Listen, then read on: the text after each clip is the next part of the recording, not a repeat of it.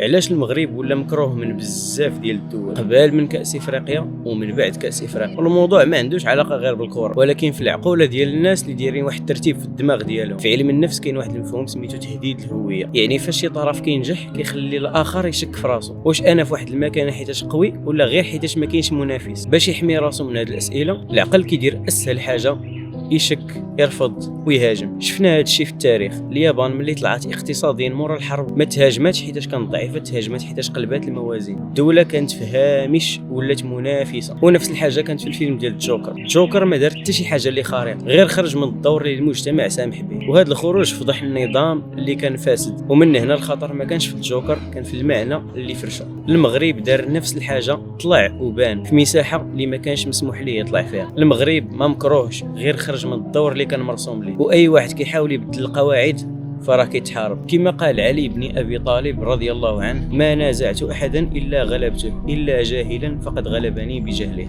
الى عجبك الفيديو ما تنساش تخلي معك شي لايك، كومونتير وشير. هادشي اللي كان عندي. السلام عليكم.